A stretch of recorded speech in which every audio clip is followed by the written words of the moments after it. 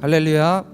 네, 오늘도 주일 예배 오신 성도님 여러분을 주님의 이름으로 축복합니다. 이 시간 같이 예배 자리에 오신 옆 사람과 또 인사 나누시면서 예배 자리에 잘 나오셨습니다. 인사 나누시겠습니다. 인사하시면서 하나 더 이렇게 물어보시면 네, 좋을 것 같습니다. 11월을 이제 지나고 있습니다. 흔들리지 않는 삶에서 삶이 얼마만큼 이제 또 무르익어 가고 있는지, 우리가 흔들리는 삶에서 흔들리지 않는 삶으로 1년간 그렇게 말씀을 듣고 배우고 있습니다. 그 삶이 얼마나 또 무르익어 가고 있는지 옆 사람과 같이 이렇게 여쭤봐 주시면 좋을 것 같습니다.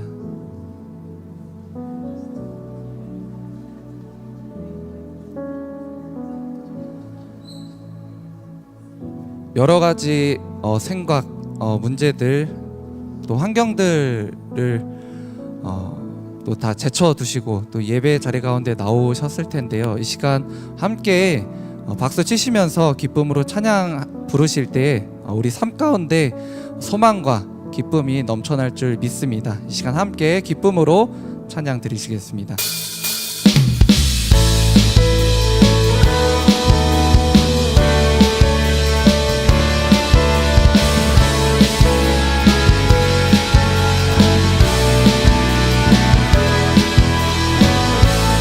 나의 가장 낮은 마음, 나의 가장 낮은 마음, 주님께서 기뻐하시고 작은 일에 큰 기쁨을 느끼게 하시는도다.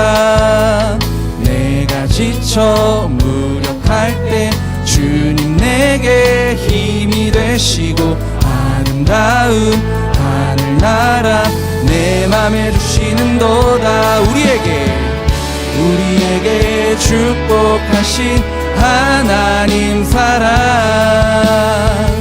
낮은 자를 높여주시고 아름다운 하늘나라 허락하시고 내 모든 건 예비하시네. 찬양함의 기쁨을, 감사함의 평안을, 간구함의 하나님 알도록 하셨네. 찬양함의 기쁨을, 찬양함의 기쁨을, 감사함의 평안을, 간구함의 하나님 알도록 하셨네. 나의 가장 낮은 마음, 나의 가장 낮은 마음, 주님께서 기뻐하시고 작은 일에 큰 기쁨을 느끼게 하시는. 내가 지쳐 무력할 때 주님 내게 힘이 되시고 아름다운 하늘나라 내 맘에 주시는 도. 우리에게 축복하신 하나님 사랑, 낮은 자를 높여주시고 아름다운 하늘나라 허락하시고 내 모든 것 예비하시네. 찬양함의 기쁨을, 감사함의 평안을, 간구함의 하나님 알도록 하셔. 찬양함의 기쁨을, 찬양함의 기쁨을, 감사함의 평안을, 간구함의 하나님 알도록. 한 번 더 고백합니다. 찬양함의 기쁨을, 찬양함의 기쁨을, 감사함의 평안을, 간구함의 하나님 알도록 우리에게 축복하신 주님의 사랑, 우리에게 축복하신 하나님, 낮은 자를 높여주시고 낮은 나를 높여주시고 아름다운 하늘나라 허락하시고 내 모든 것 예비하시네. 찬양함의 기쁨을 찬양함의 기쁨을 감사함의 평안을 간구함의 하나님 알도록 하셨네. 우리 고백합니다. 찬양함의 기쁨을 감사함의 평안을 간구함의 하나님 알도록 마지막으로 고백합니다. 찬양함의 기쁨을 찬양함의 기쁨을 감사함의 평안을 간구함의 하나님 알도록 하셨네. 하늘 위에 주님밖에 하늘 위에 주님밖에 내가 사모할 자 이 세상에 없네. 내 맘과 힘은 믿을 수 없네. 오직 한 가지 그 진리를 믿네. 주는 나의 힘이요 주는 나의 힘이요 주는 나의 힘이요 영원히 주를 의지하. 주는 나의 힘이요 주는 나의 힘이요 주는 나의 힘이요 영원히 주를 의지하리. 영원히 처음부터 고백합니다. 하늘 위에 주님밖에 하늘 위에 주님밖에 우리가 사모할 자 이 세상에 없습니다. 내가 사모할 자 이 세상에 없네. 내 맘과 힘을 믿을 수 없네. 그 진리를 믿습니다. 오직 한 가지 그 진리를 주는 나의 힘이요 주는 나의 힘이요 주는 나의 힘이요 영원히 주를 의지하. 주는 나의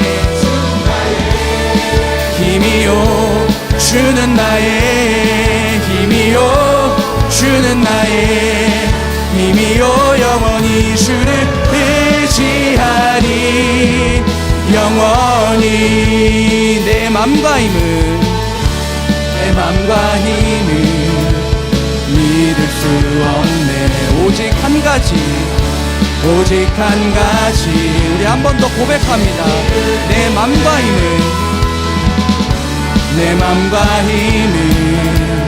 믿을 수 없네.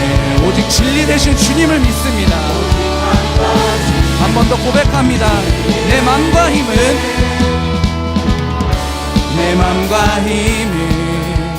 믿을 수 없네. 오직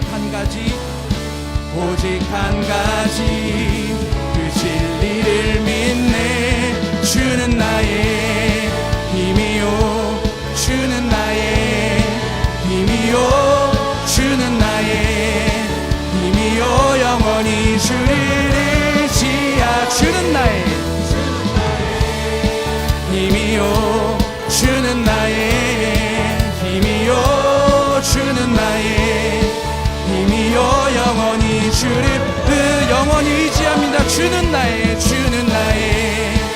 힘이요 주는 나의 힘이요 주는 나의 힘이요 영원히 주를 의지하. 주는 나의 힘이요 주는 나의 힘이요 주는 나의 힘이요 영원히 주를 의지하리. 영원히 우리의 힘되신 주님 앞에 영광의 박수 올려드립니다.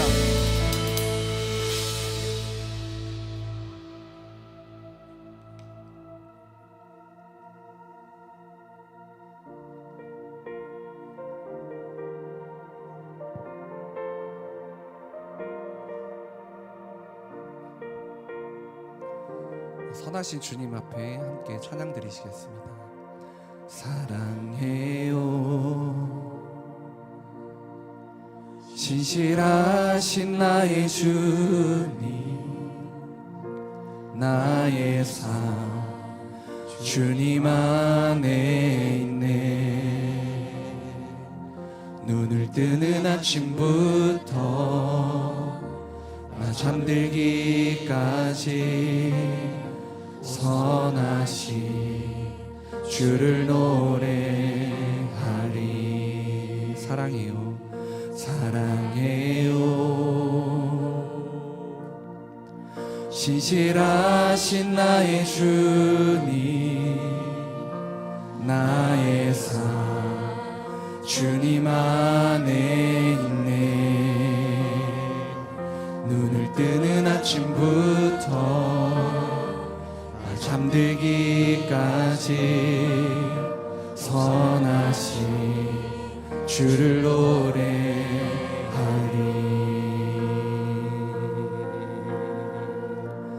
신실하신 나의 주님, 나의 삶을 인도하셨네.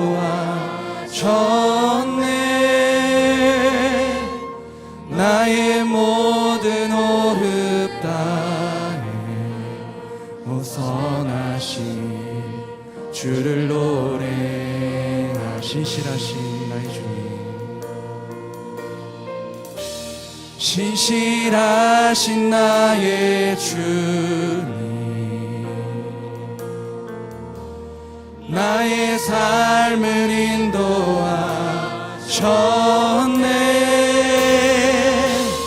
나의 모든 호흡 다해 선하신 주를 노래하리.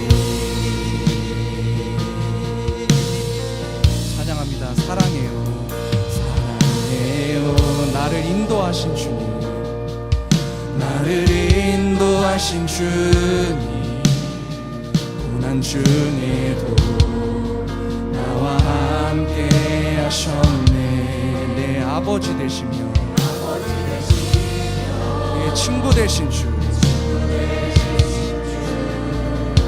나의 삶 주님 안에. 한 번 더 고백합니다. 사랑해요 나를 인도하신 주님이에요. 나를 인도하신 주님, 고난 중에도 나와 함께 하셨네. 내 아버지 되시며 내 친구 되신 주, 나의 삶 주님 안에. 신실하신 나의 주님, 신실하신 나의 주님, 나의 삶을 인도하셨네. 나의 모든 호흡 다해 선하신 주를 노래. 신실하신 그 주님을 찬양합니다. 신실하신 나의 주님, 신실하신 나의 주님, 나의 삶을 인도하셨네. 나의 삶을 인도하셨네. 나의 모든 호흡 다해 선하신 주를 노래하리. 주님의 선하심을 고백합니다.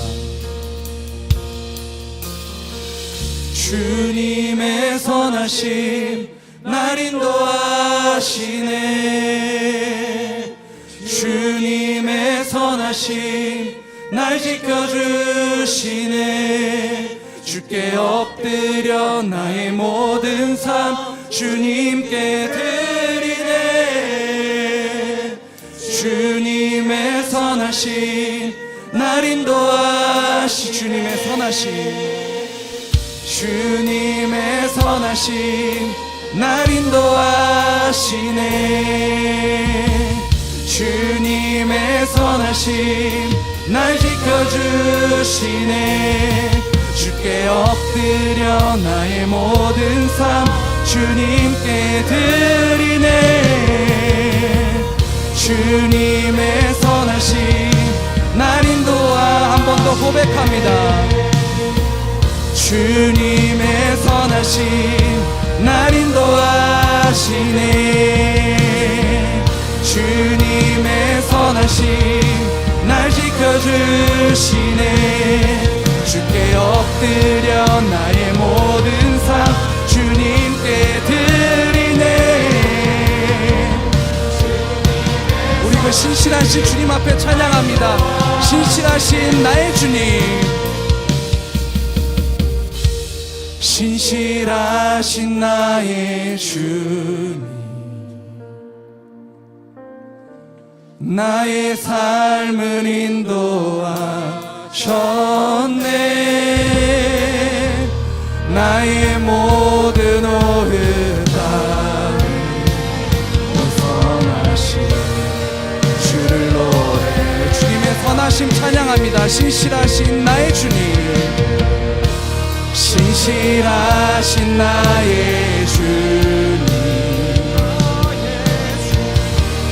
나의 삶을 인도하셨네.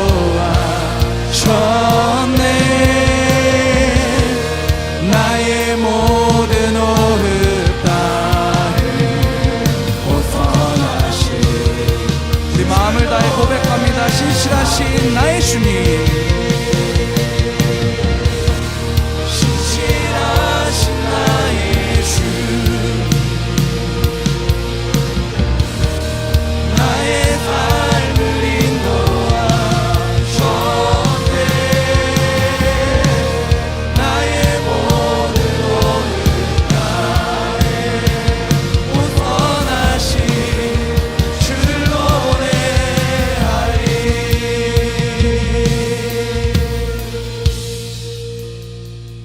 괴로울 때 주님의 얼굴 보라.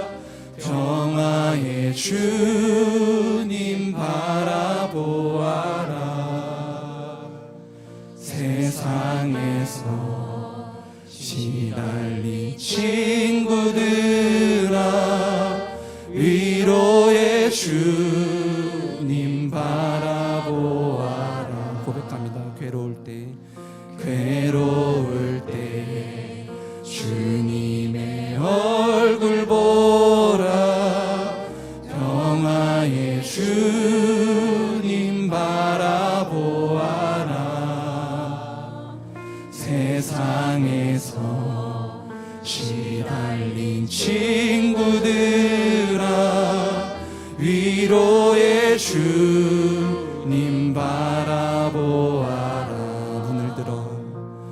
눈을 들어 주를 보라. 내 모든 염려 주께 맡겨라. 슬플 때에 주님의 얼굴 보라. 사랑의 주님 안식 주리라.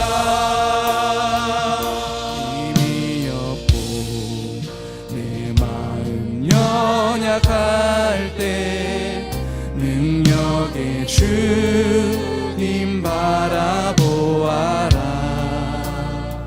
주의 이름 부르는 모든 자는 힘주시고 늘 지켜주시고. 한 번 더 고백합니다. 힘이 없고 연약할 때 능력의 주님 바라보아라.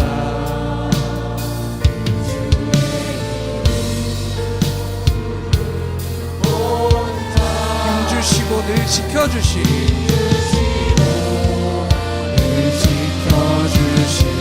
눈을 들어 주님을 봅니다.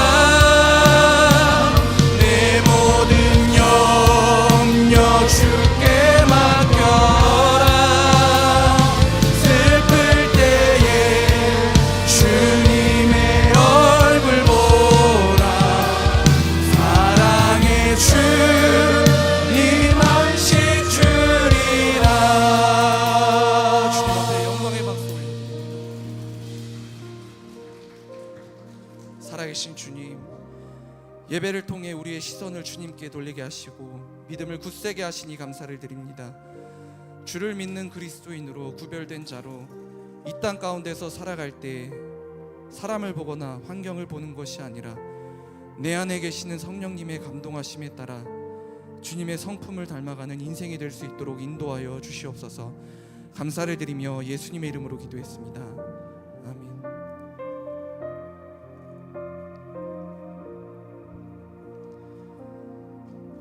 사도신경하심으로 우리의 신앙을 주님께 고백하겠습니다. 전능하사 천지를 만드신 하나님 아버지를 내가 믿사오며 그 외아들 우리 주 예수 그리스도를 믿사오니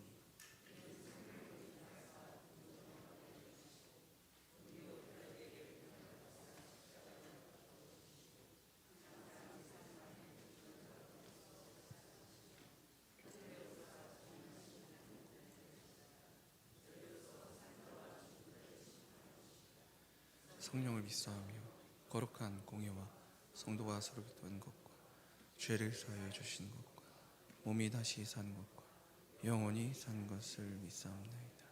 아멘. 여호와의 계획은 영원히 서고 그의 생각은 대대에 이르리로다. 여호와를 자기 하나님으로 삼은 나라 곧 하나님의 기업으로 선택된 백성은 복이 있도다.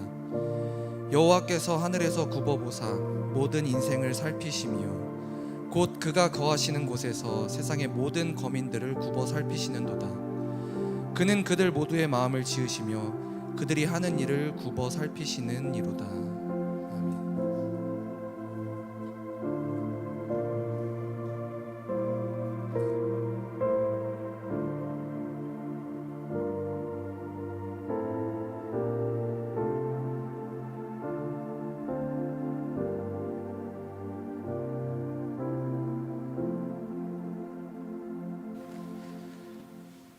사랑과 은혜가 풍성하신 하나님 아버지, 참 좋으신 주님의 날을 사모하며 거룩하신 주님의 성전에 모여 예배드릴 수 있는 은혜를 주셔서 감사드립니다.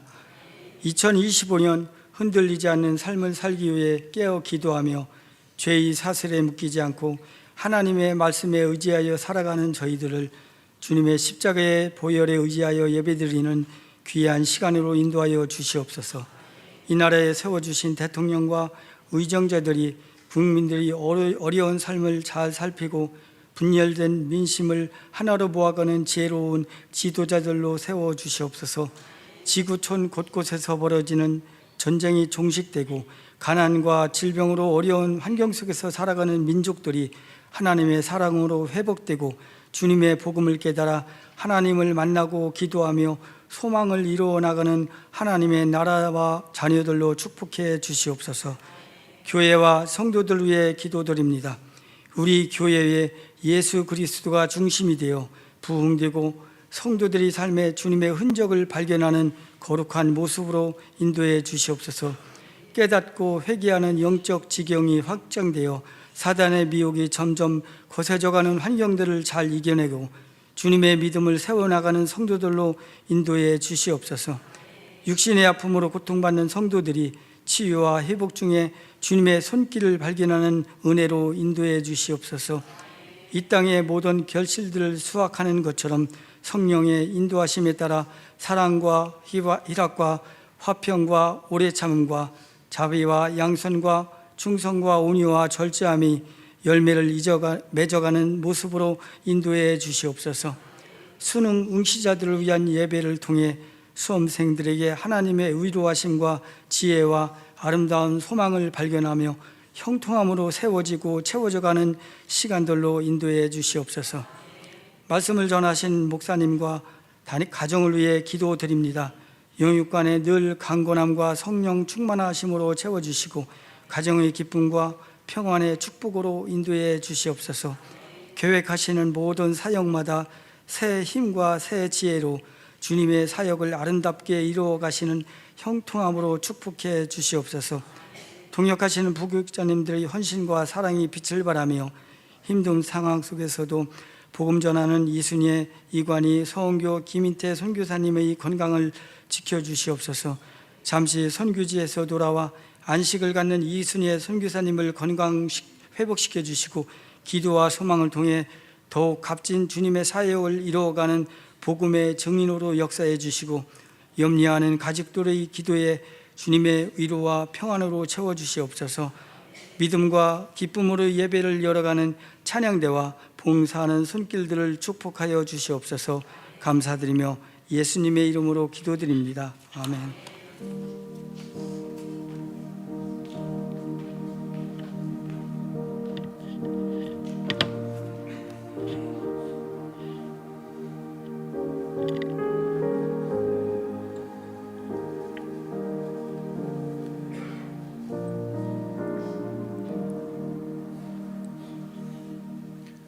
할렐루야. 그리스도를 사랑합니다. 자유 옆에 계신 보시면 사랑합니다 인사 한번 나눌까요?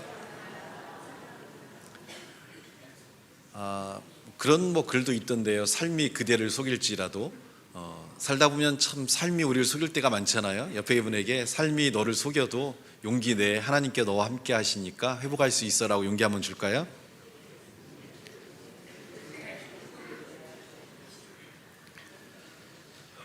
흔들리지 않는 삶을 위해서 오늘 저는 경건과 초점이란 제목으로 함께 은혜의 말씀을 나누고자 합니다. 디모데전서 4장 8절 말씀 우리 같이 함께 한 목소리를 합독하겠습니다.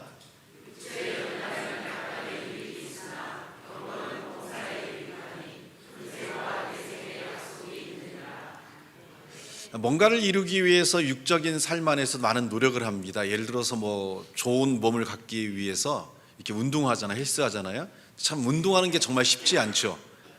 빨리 퇴근하고 쉬고 싶은데 또 건강을 위해서 또 본인의 개인적인 어떤 목적을 위해서 이렇게 운동을 하게 되는데 운동하면서 욕도 나와요. 그죠? 어떤 좀 무거운 걸 들어서 이렇게 올리다 보면 막 다리도 아프고 막 힘드니까 욕도 나오게 되고 짜증이 나잖아요. 내가 왜 운동을 해야 되나?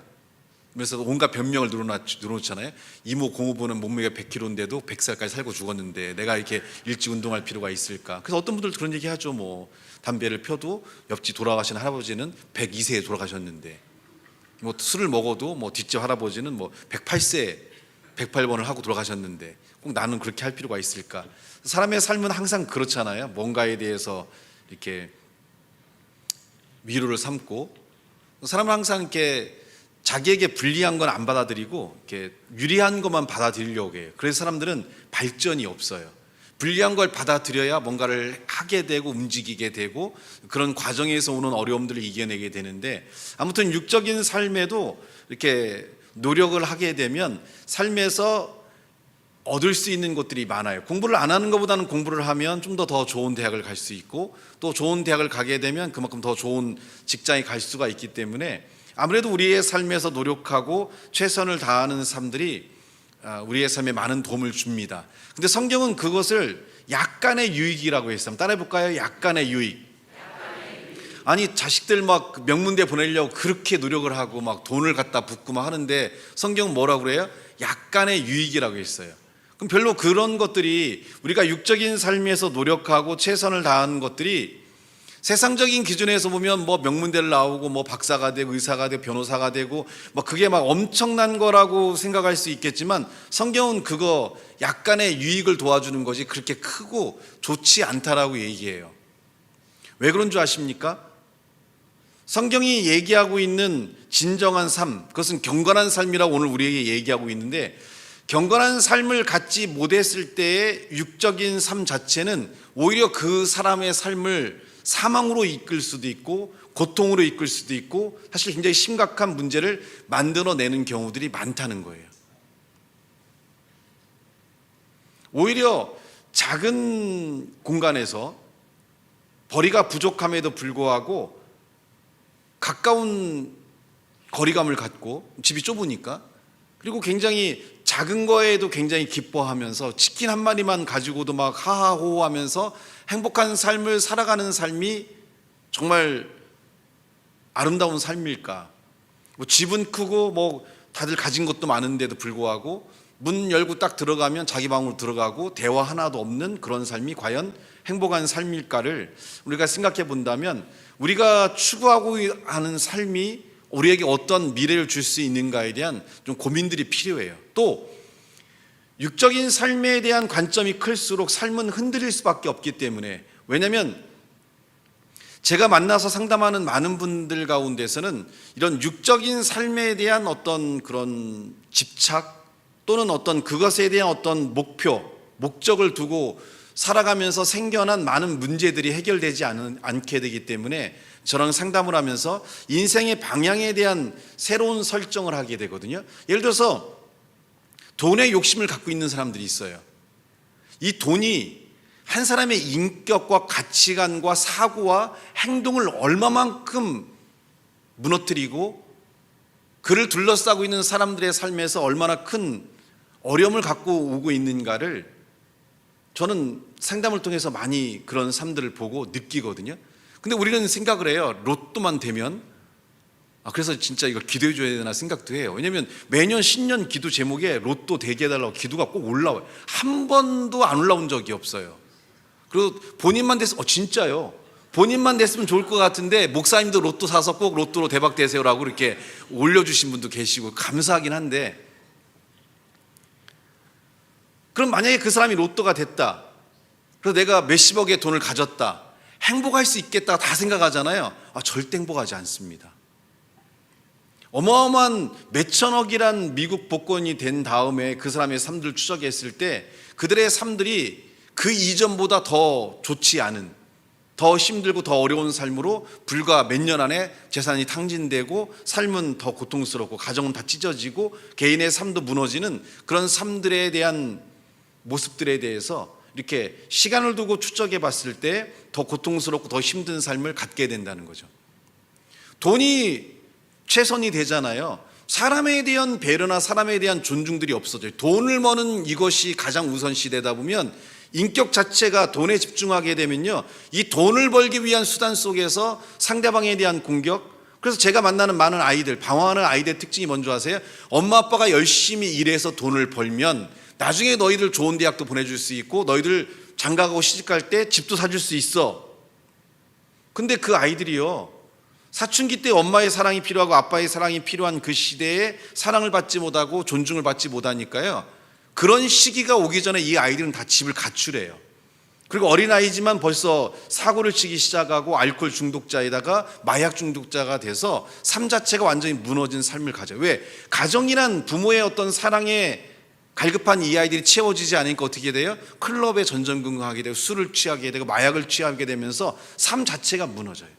부모는 많은 돈을 이제는 벌었고 많은 재산을 갖고 있을지라도 그 부모가 목적을 두었던, 내가 돈을 벌어서 이 자녀들의 삶을 채워준다는 그 목적이 이루어지기 전에 이 아이들은 다 무너져 버렸다는 거죠.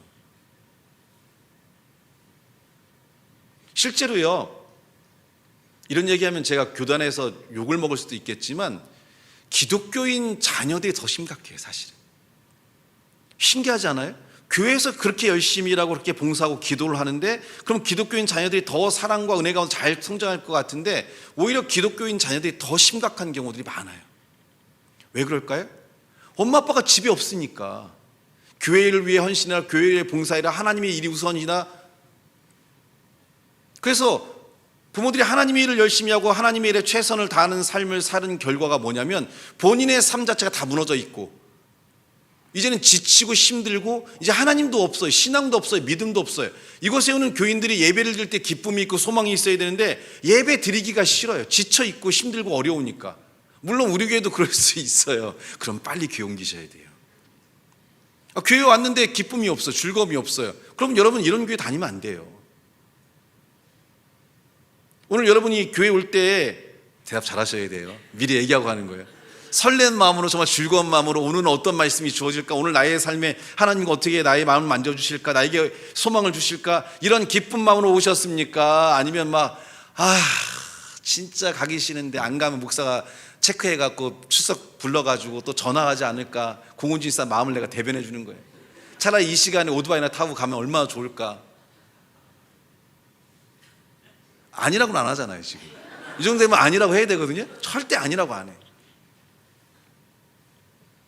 사실 즐거워야 되거든요. 하나님 만나러 오는 시간이 즐거워야 되고, 내가 지금 해결되지 않은, 이제 아멘 소용없어요. 내가 해결되지 않은 그런 부분들에 대해서 해결을 받고, 그래서 제가 말씀드렸잖아요. 저는 저희 형님이 저희 교회 오셔서 설교할 때가 가장 기쁘다. 왜냐면 항상 말씀을 주는 입장이다 보니까 이런 어떤 하나님 말씀을 내가 받아들이면서 주어지는 그런 기쁨과 감격, 그리고 그런 영감, 그런 깨달음을 얻을 수 있는 시간이 없는데 2개월에 한 번씩 저희 형님이 오셔서 말씀을 주실 때 정말 많은 영감이 생기거든요. 그리고 내가 생각하지 않았던 부분들에 대한 그런 터치들이 또 다른 관점을 보게 되고 또 다른 삶을 준비하게 되고, 그러면서 내 삶의 많은 도전과 또 궁금했던, 또 하나님의 역사를 느끼고 싶었던 그런 많은 부분들을 느끼게 되면서 이런 삶의 은혜들이 주어지거든요.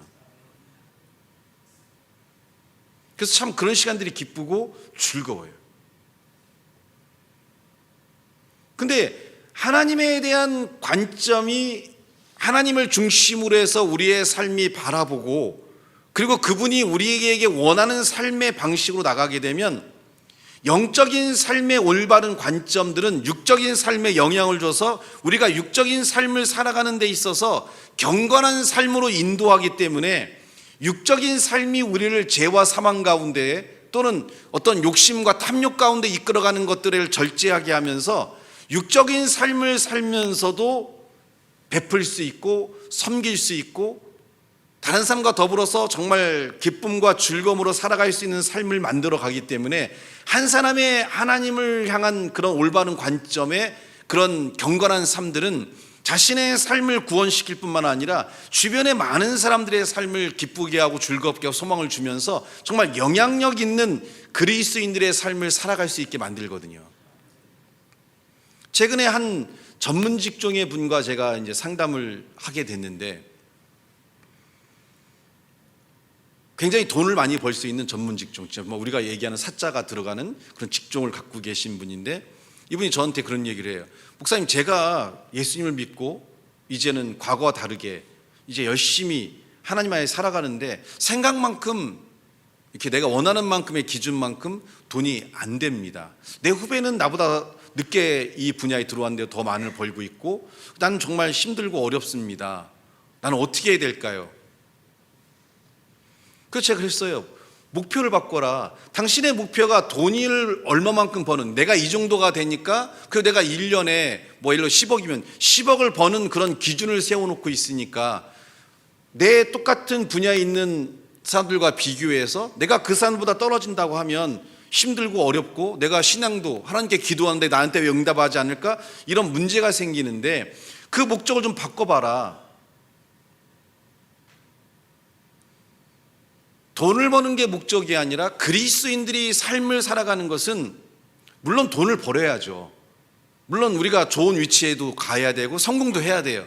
근데 그것이 목적이 아니라 그리스도인들이 삶을 살아가는 목적은 내가 하나님과 함께 동행하면서 어떤 영향력을 주고 살아갈 수 있는가에 대한 고민을 갖고 살아가야 된다는 거죠. 돈을 버는 게 목적이면 돈을 벌기 위한 수단들이 세상적으로 흘리게 되면 이 사람의 인격이 무너져요. 사람을 착취한단 말이죠. 자, 내가 공장의 사장이에요. 많은 직원들이 있어요. 그러면 공장에 이 직원들이 기계를 깎고 기름칠하고 열심히 포장을 하고 배송을 하면서 이런 모든 것들이 있을 때 회사의 이윤이 남잖아요. 회사의 이윤이 남기 때문에 그 직장인들에게 월급을 주고 그래서 그 직장인들도 생활할 수 있게 되고 그리고 그 모든 걸 채워준 다음에 남는 건 다 누구 거예요? 사장 몫이잖아요. 사장이 돈을 벌 수 있다는 건 어떤 의미냐면 직원들이 정말 잘 해줘야 된다는 거죠. 근데 돈이 목적이면 어떻게 돼요? 맨날 뭐만 연구해요? 이 돈을 더 많이 벌 수 있는 연구만 하다 보니까 어떻게든 직원에게 줄 걸 뺏고 더 안 주려고 하고 꼼수를 부리고 이렇게 만들어 간다는 거죠. 그럼 이 직원들이 열심히 일할까요? 이 사장을 위해? 내가 존중을 받고 이 사장이 정말 나를 위해 선신해주고 함께 살아가고자 하는 그런 마음이 있을 때 힘들고 어려울 때 버텨줄 수도 있고 으쌰으쌰 해줄 수도 있고 회사가 하다 보면 어려운 일이 있잖아요. 근데 어떤 회사는 어떻게 하는 줄 아십니까? 회사가 어려우니까 우리가 이 기간 동안은 월급을 반만 가져가겠다. 회사가 이 고비를 넘겨선 다음에 우리가 그때 제대로 월급 받더라도 회사 살리는 게 먼저지 않냐라고 해서 한 중소기업이 어려울 때 한 100명 정도 된 직원들이 월급을 반만 가져가면서 그 위기를 넘어서게 했다는 거죠. 그러니까 이 새 회사가 다시 회복된 다음에 어떻게 할까요? 그 직원들에게 많은 걸 공급해주고 정말 노사가 없는 정말 모두가 주인의식을 갖고 행복한 삶을 살아간다는 거죠. 근데 돈이 목적이면 어떻게 돼요? 네가 죽든 말든 뭐하든 나는 내 돈을 버는 게 우선이니까 어떻게 착취를 한다는 거죠. 근데 중요한 게 뭔지 아세요? 그분이 장로라는 거예요.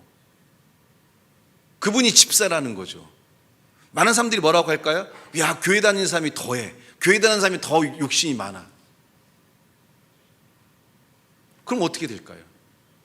근데 영향력이라는 관점에서 두게 되면 내가 그리스도 안에서 이 주어진 모든 것도 은혜고, 이런 직원을 만난 것도 은혜고, 이 삶에서 내가 어떻게 하나님의 영광을 드러내며 내게 주신 이 부를 통해서 많은 사람들에게 어떤 영향력을 줄 수 있을까 생각해 보면 매일매일 그 사람은 기쁜 거예요. 돈을 벌어서 베풀고 나누고 함께하고 열심히 으쌰으쌰 하면서 회사를 더 키워가고, 이런 회사들은 성장할까요? 성장하지 않을까요? 성장할 수밖에 없겠죠. 결국 하나님께 관점을 두게 되면 육적인 삶들은 자연히 올라오게 돼 있어요. 근데 육적인 삶에만 집중하잖아요. 하나님과의 관계가 끊어지니까 어떻게 돼요? 이 삶도 오래 못 가서 말라진다는 거죠. 성경인 씨 뿌리는 비유를 통해서 명확하게 얘기하잖아요. 돌밭 사이에도 씨가 떨어졌는데 돌과 돌 사이에 흙이 조금 있어서 이 씨가 떨어져서 뿌리는 내렸는데 어떤 문제가 생겨요? 해가 뜨니까 뿌리가 깊게 못 내려가잖아요. 돌 때문에. 어떻게 돼요? 말라 비틀어져 죽는다고 하잖아요. 관점이 하나님에게 두고 하나님을 통해서 우리가 살아가는 삶에 대한 조명, 동기부여, 비전을 갖고 있을 때 우리에게 주어지는 것들이 우리를 더 빛나게 하고 더 아름답게 만들 수 있는 삶이 되는 것이고요. 만약에 세상에 있는 것들에 대한 하나님의 뜻을 모르는 상태에서 우리가 이것들을 갖게 되잖아요. 여러분을 죽여버립니다. 상담하는 많은 분들이 여러 가지 신적인 문제와 어려움을 갖게 되어 상담을 하는데, 제가 상담에서 하는 공통된 얘기가 뭐냐면요, 포기하라고 하고 버리라고 해요. 포기하고 버리지 못하니까 그것을 인해 어떻게 돼요? 스트레스와 불안과 두려움이 생기니까 몸 자체가 무너지는 거예요. 집착인 거죠. 자녀에 대해서 집착해버리니까 어떻게 해요? 사람에 대한 집착을 하니까 자녀를 내가 원하는데 내 뜻대로만 끌고 가려고 하잖아요. 이 자녀 어떻게 될까요? 사회생활 못합니다. 좋은 명문대 나와서 좋은 대기업에 들어갔는데 6개월 되기 전에 다 퇴사해요. 못 견디는 거예요. 우리 애들은 잘 견딜 거예요. 물론 좋은 데도 못 갔지만. 왜냐면 욕을 겁나게 내가 하거든요. 욕을 이보다 더한 욕을 들을 수 없을 만큼 욕을 듣고 나가니까요. 애들이 그래요. 군대를 갔는데 직장 생활하는데 아이고 그건 아무것도 아니더라고. 목사님 욕이 짱이더라고. 들을 만큼 듣고 혼날 만큼 혼나고 막 갈굼당할 만큼 갈굼당해서 세상에 나가니까 이건 아무것도 아닌 거예요.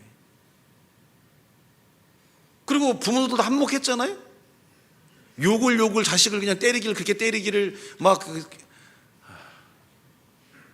그 안에서 버틴 우리 애들이 뭐 세상 나가서 뭘 못 견디겠어요. 이보다 더한 부모도 없는데, 이보다 더한 목사도 없는데.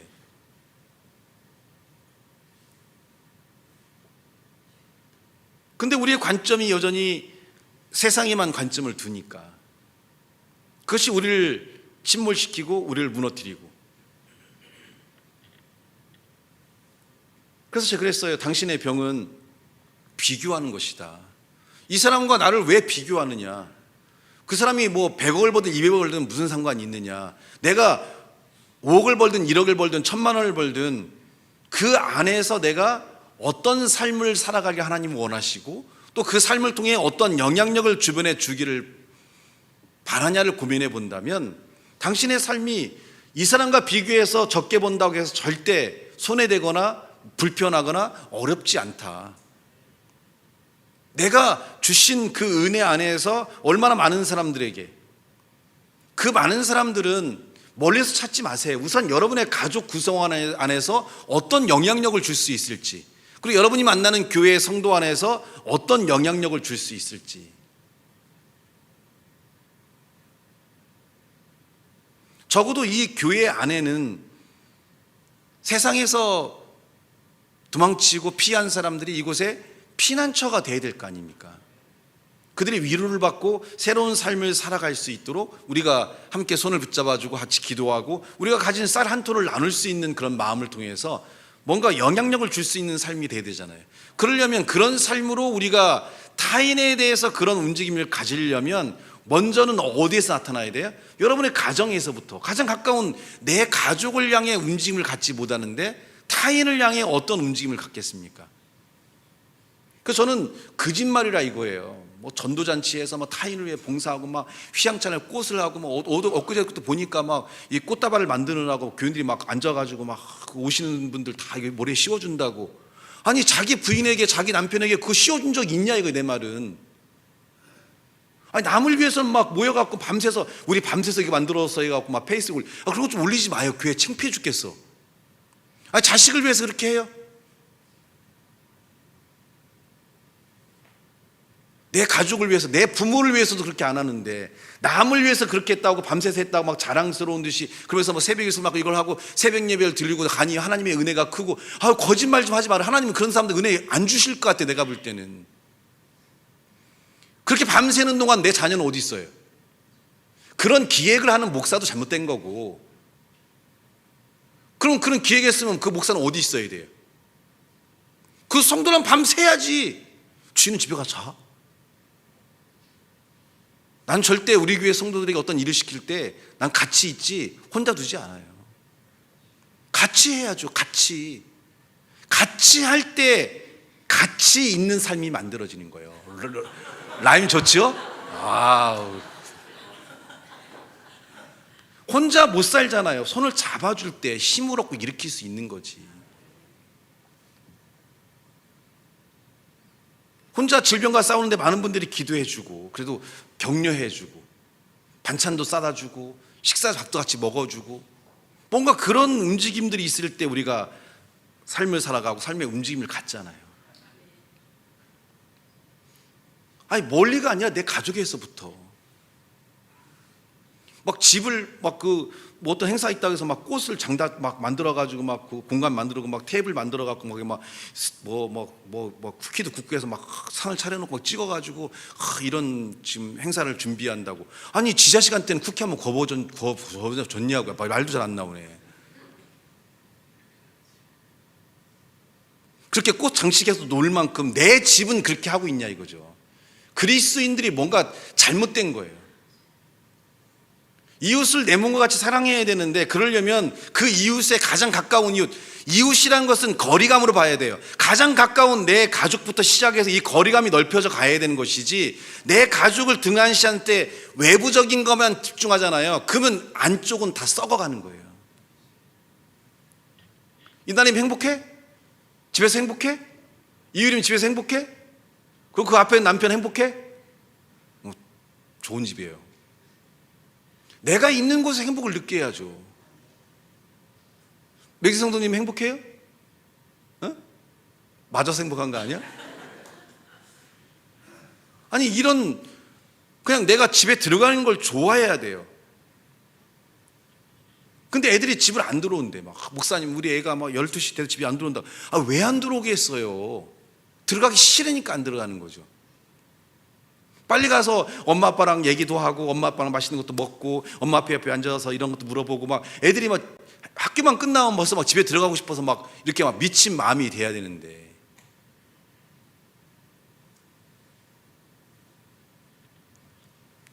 제가 농담으로 그랬어요. 은서한테.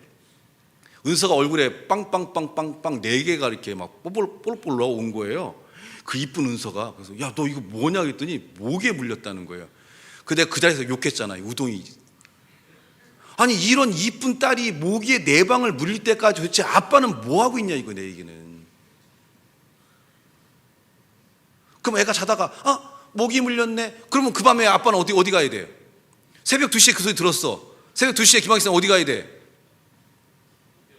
목약 사러. 그렇지, 목약 사러 가야지. 애가 그것 때문에 못 잡고 막 아빠 모기 때문에 못 잡아. 그냥 아빠가 일어났어. 불 켜고 어딨나 잡았는데 이게 뭐 안 보이잖아. 숨었잖아요. 그럼 그 밤에 또 나오면 아빠 깨워라? 그게 아니지. 바로 그 밤에 어디 가야 돼요? 편의점만 가도 있어요. 그죠? 24시간 여는 약국들이 있어요. 가 사다가 그거 꼽고, 와 목사님 그 정도 미친 거 아니냐고. 아니 미쳐야죠. 자식한테 미쳐서 자식이 사랑을 느끼고 자식이 행복감을 느끼고, 아 내가 아빠가 이 정도로 날 사랑하는 걸 할 때 이 아이가 갖고 있는 자존감과 가치감이 높아질 때 이 아이가 살아가야 될 험난한 세상에서 견딜 수 있고 이길 수 있고 싸워갈 수 있는 힘이 되는 거예요. 뭔가 이 아이도 뒷배가 있어야 싸워갈 수 있는 거죠. 자신감이 넘치는 아이들, 난 다 할 수 있다. 왜 다 할 수 있다고 생각하냐면 그 아이들이 힘들고 어려울 때 나를 도울 수 있는 사람이 있다는 것. 부모님이 도울 수 있고, 교회에서 목사님이 도울 수 있고, 성도님이 도울 수 있고, 그리고 궁극적으로 그 삶의 기반에 하나님께서 나와 함께 한다는 확신을 갖게 되면 뭘 못 이기고 뭘 못 싸우고 뭘 못 견디겠습니까?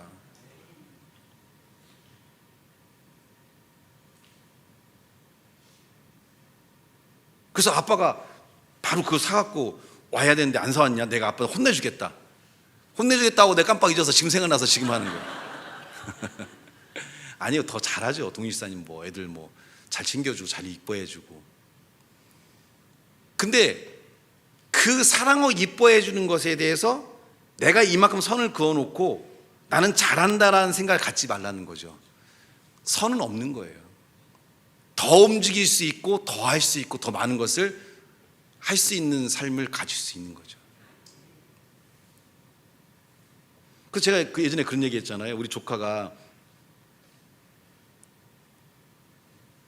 왔는데 두 아이가 다 여름에 이제 저희 장인어른 이제 그 추도 예배라 왔단 말이에요. 근데 애들이 막 이렇게 빵빵빵 이렇게 막 모기를 뜯긴 거예요. 그래서 왜 이렇게 모기를 뜯겼냐? 너 아파트 산다던데. 그랬더니 아파트 앞에가 그 호수공원이라서 모기들이 많이 날라온다고 하더라고요. 그래서 많이 뜯긴 거예요.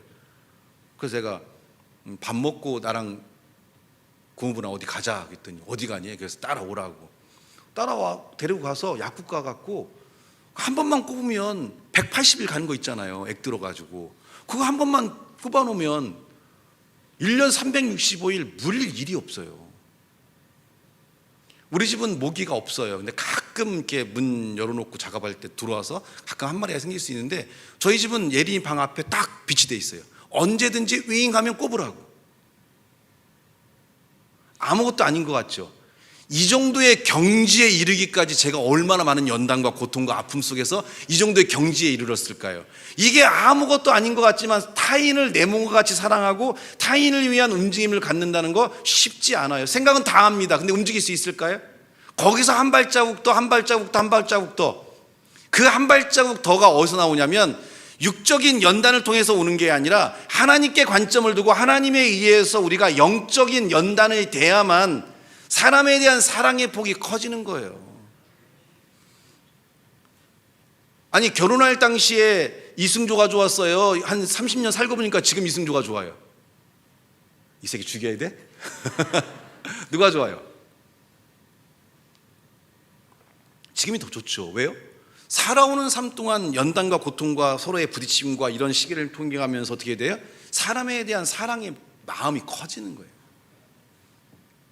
그래서 우리가 보통 그러잖아요. 손자 손녀가 엄청 이쁘다고. 왜 손자 손녀가 이뻐요?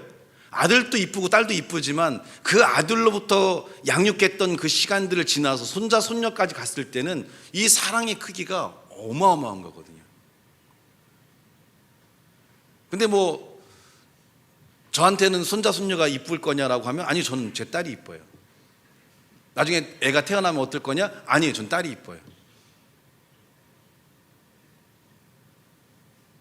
왜냐면 손자 손녀 나면 이제 집 내쫓고 안 볼 거기 때문에 이제 손자 손녀를 봐야 사랑하는데 이제 안 볼 거고 그럴 거라서 마음이란 게 힘들고 어려운 시기를 통과하면서 커져요.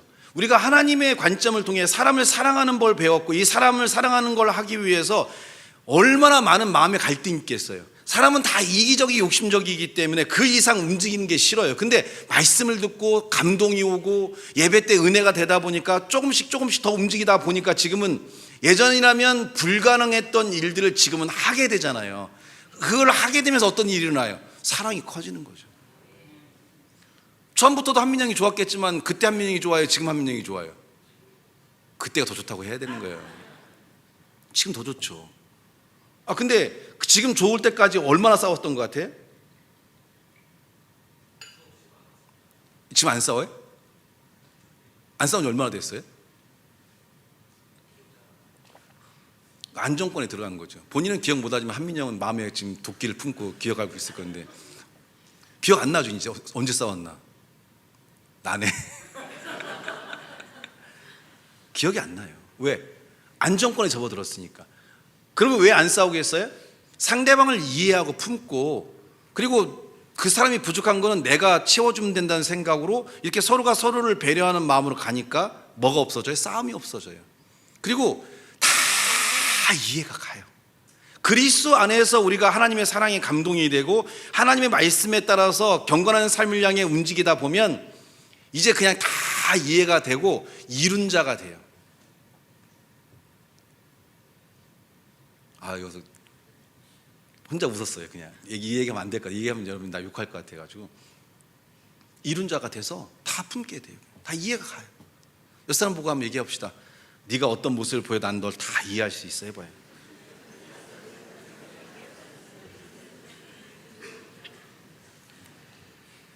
그래서 그리스도인들이 좀 더 연단되고 성장하게 되면 이유를 묻지 않아요. 왜 그랬어라고 하지 않아요. 어떤 문제가 터졌어. 그러면 왜 그랬어? 왜 이렇게 했어? 이건 육적인 삶에 살아가는 자고요. 일이 터졌으면 왜 그랬어? 문제가 뭐야? 이게 아니라 어떻게 하면 돼요? 빨리 해결해서 삶을 원상태로 복구하는 게 우선적인 일이 돼야 된다는 거죠.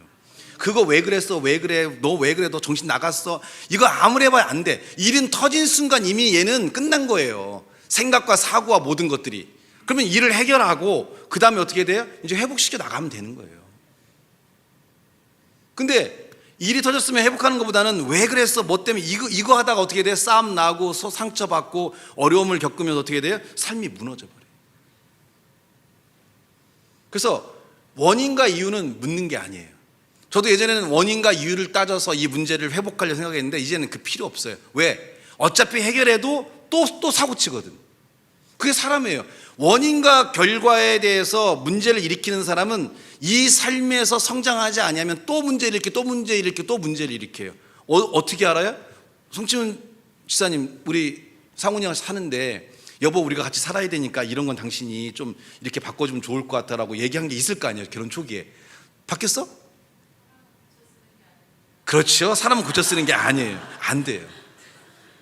양말 좀 접으면 갖다 놓으라고 해도 꼭 밑에 쑤셔놓고, 그리고 옷도 좀 이렇게 벗어놓으면 되는데 꼭 뒤집어 놓고, 그거 뭐 30년 40년째 얘기해도 안 되니까 어떻게 해야 돼요? 그냥 혼자서 이제 빼고 이렇게 하는 거죠. 안 돼요.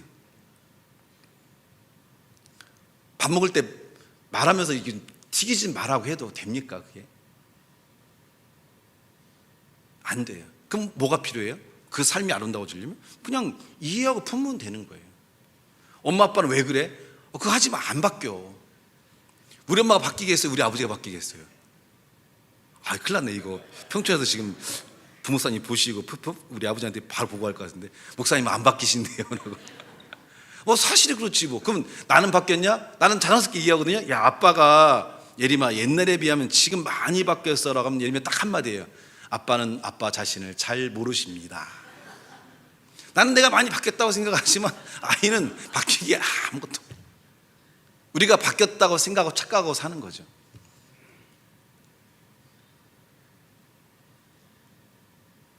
물론 바뀐 분도 있겠죠. 이은정 성도님 바뀌었잖아요? 많이 바뀌었어요? 남편한테 물어봐야 돼. 어떻게 이용렬 성도님 부인 많이 바뀌었어요?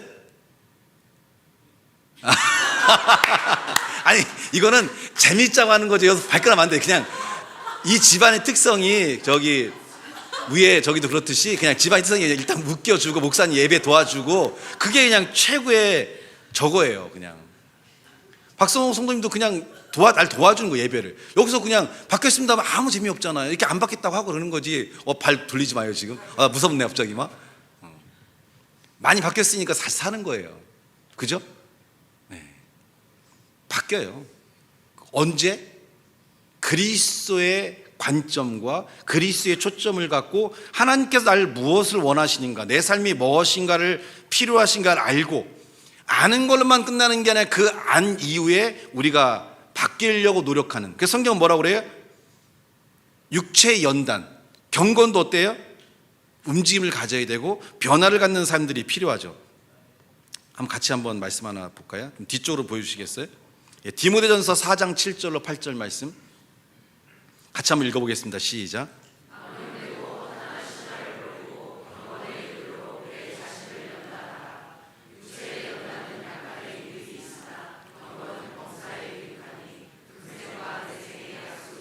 자, 망령되고 허탄한 신화를 버리고 경건에 이르도록 내 자신을 연단해라.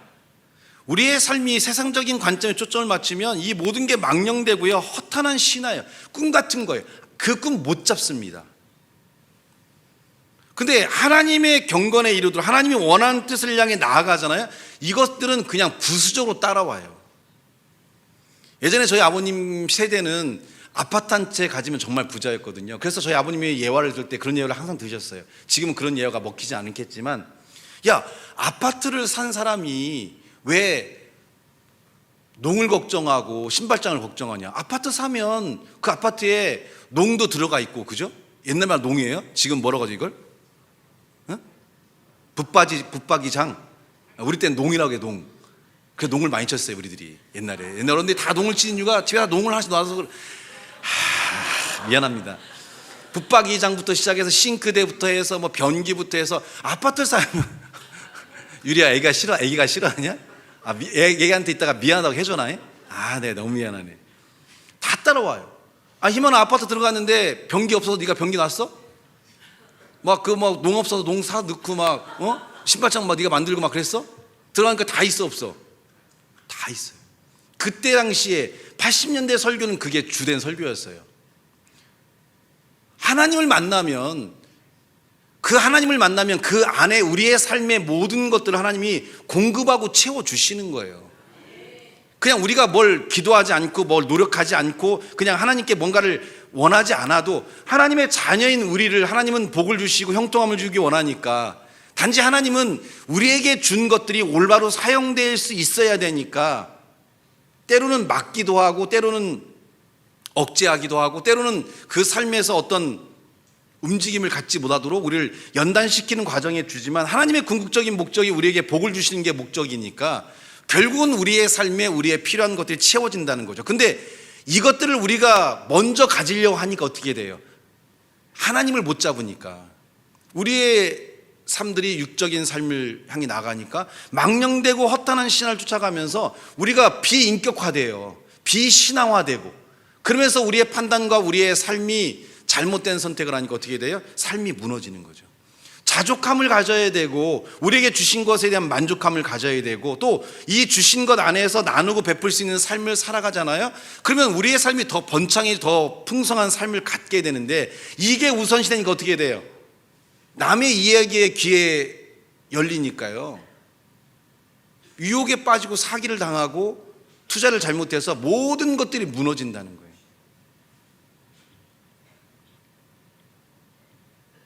그러니까 삶을 돌이킬 수 없고 삶을 바꾸거나 삶에 대한 변화를 가져오기가 쉽지가 않아요.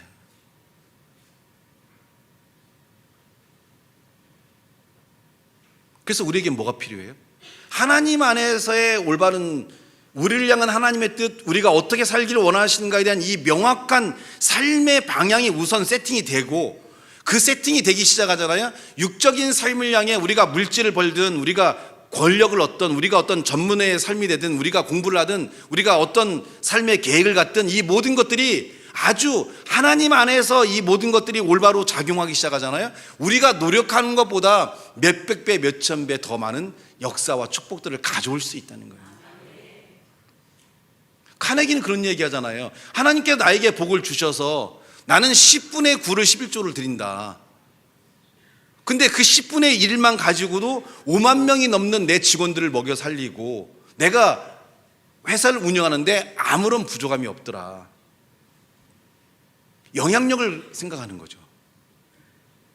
그런 관점을 갖고 있으니까 어떻게 돼요? 회사의 운영이나 삶의 모든 것들이 아름다운 축복된 삶을 향해 나가게 되고 더 많은 복지와 더 많은 삶을 나눌 수 있는 그런 움직임과 변화를 가지게 된다는 거죠.